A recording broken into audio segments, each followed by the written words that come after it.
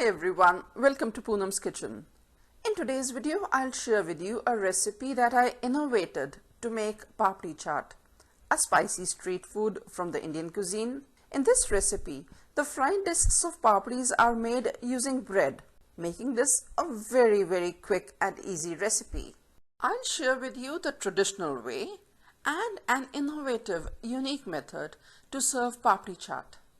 Get ready to enjoy this finger-licking, chatpati masaledar chaat. To make bread papdi chaat, here I have 3 slices of white bread. I'll remove the edges. I'll save the edges of the bread slices to make bread crumbs. Now I'll be working with 1 slice at a time. With the help of a rolling pin, I'll roll once in each direction.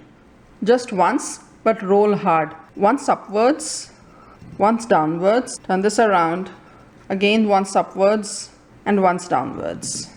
By rolling like this, the bread becomes pretty dense. Now this will ensure that when I put papdi in the yogurt, it will stay crisp till the last bite.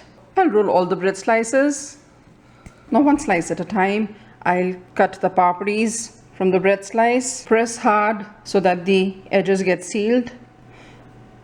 If you don't really worry about the shape, you could just cut the bread slice into small rectangles. That's how I want the slices to be. The edges are now tight, sealed. Here I got all the roundels, pretty neat. Now if you're working with a large number of bread slices, try to keep these covered so that they don't air dry. For serving papdi chaat in a new way, here I have 3 more bread slices that I have rolled out. I'll exactly do the same thing as earlier, except that I'll cut it into bigger pieces. Here I got 6 big roundels.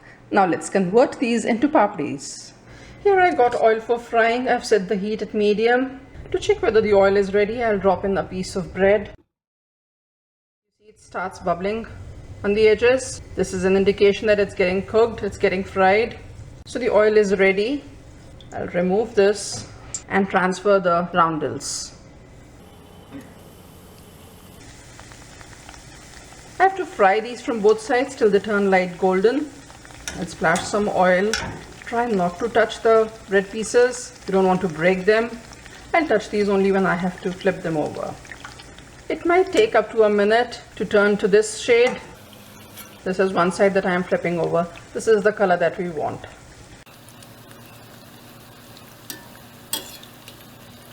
And the back side will be done faster.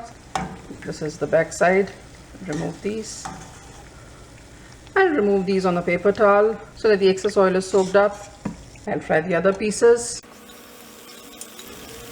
In less than a total of 3 minutes, I got the 3 slices done. The cooking is that fast. Now I'll fry the bigger roundels. This is the color that I want. Actual papdis aren't very dark either. It's just 6 minutes and all the 6 bread slices are done. Here I got all the papdis ready. It takes them around 5 to 10 minutes to cool down completely. Keep these wrapped in a paper towel for a few minutes so that all the excess oil is absorbed. And then you can use these as papdis in the papdi chaat recipe. If you want to serve at a later stage, say after a few hours or after a few days, you could store these in the refrigerator. Just transfer these wrapped in a paper towel in an airtight container and store in the refrigerator. This is one recipe that you can work ahead of time. Get this ready and at the time of serving, just assemble everything. Guys, as luck would have it, I didn't get a chance to shoot the assembling of the papdi chaat. It's been 4 days since I fried the papdis and stored them in the refrigerator. Exactly the way I told you. Wrapped in a paper towel in an airtight box. So here are the papdis. Now let's assemble a plate of papdi chaat. Here are a few essentials for making papdi chaat. Whisked yogurt. I have mildly salted this. You don't want the consistency of the yogurt to be very thick. Something flowing like this is just perfect. Green chutney, red chili powder, salt, roasted cumin powder, chaat masala, and the tamarind chutney. Now this is very essential for chaat, otherwise you don't get the flavors. Now apart from these, you could add a few toppings. Here I have boiled chickpeas, boiled potatoes diced very small, thin save, pomegranate seeds, and raita bundi. If you're using bundi, you need to soak it in water for a few minutes and then squeeze out the extra water. All these are optional toppings. You could also use ginger juliennes or chopped cilantro leaves. I'll now assemble a serving of a bread papdi chaat. I'll add some whisked yogurt to the bottom of the serving plate.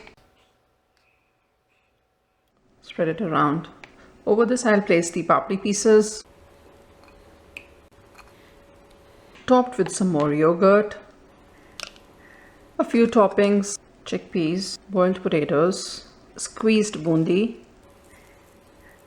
I'll add some tamarind chutney, little green chutney. I'll sprinkle some salt for the toppings, red chili powder, chaat masala, roasted cumin powder. Top it up with pomegranate seeds. And finally, thin save. I'll add some more tamarind chutney on top of this. And here I have my platter of bread papdi chaat ready. To serve papdi chaat the second way, I need some strained yogurt, which I'm going to strain some of my regular homemade yogurt. Here I have a strainer. I'll cover the strainer with 4 layers of kitchen towel like this and transfer some plain yogurt. Some of the extra whey will strain in the bowl that I'm placing below the strainer.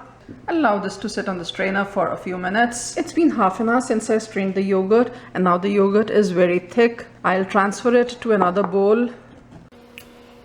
A lot of whey has been absorbed by the paper towel, and the rest of the whey is here in the bowl. I'll whisk this yogurt. To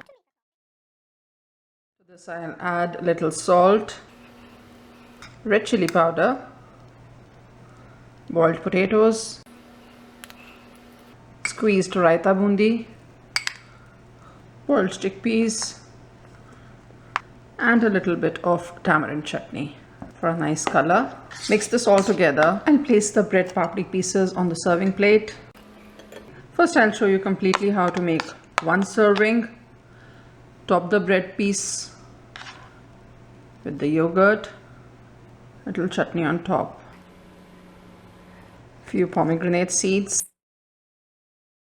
as per your liking, save, a sprinkle of chaat masala and roasted cumin powder, a dash of tamarind chutney on the top, green chutney, 2 ginger juliennes. Top this with a cilantro leaf for color and flavor. And here's your individual serving of papdi. In a similar way, I'll top the other pieces as well. Here's my platter of bread papdi chaat, served in a very unique way. Thanks for watching this video. If you liked this recipe, do give this video a thumbs up and remember to subscribe to Poonam's Kitchen on YouTube. See you again with a new recipe very soon. Till then, bye.